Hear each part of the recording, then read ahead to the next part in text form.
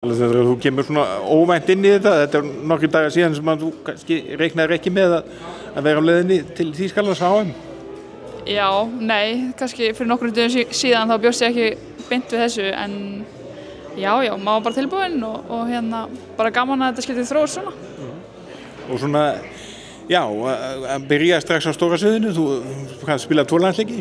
Já, alltaf ekki 3. hana í gær fyrir þetta. Þannig já, bara ótrúlega gaman og maður svona kannski búinn að prófa einhver svona lítil svið í Evrópukeppni og yngri landsliðum og nú fær maður að spreyta sig vonandi eitthvað hérna. En hvernig gekk svona að fá sig lausa frá dagsins amestri til þess að bara hingað út á Lómanuð? Já, það var nú bara ótrúlega lítið mál sko. Ég sendi nú bara yfirmannum mínum skilaboð í morgun að ég var að fara hingað sko. Það ekkert mál sko, þannig ég bara með vinnudóti með mér og vinn eins og ég get og svo ég bara með svigrúm líka fyrir þetta verkefni sko, þannig að það ekkert mál. Já, hvaða skilningsríku vinnuveitum ert þú?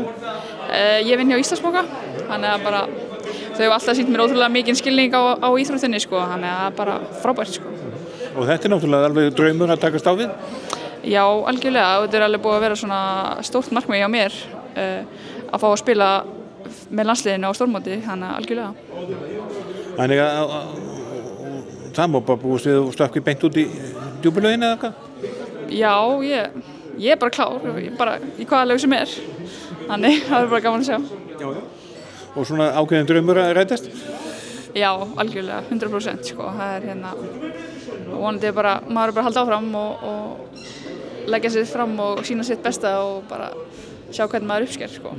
Og svona andinn í þessu, þetta verður, já þið byrjið á heimaliðinu og svo Serbum, þetta svona 2 öflugir mótherjar strax? Já, algjörlega, en það bara góður andi og allar tilbúinir að leggja allt í þetta og bara verður ótrúlega gaman að takast á við þetta verkefni.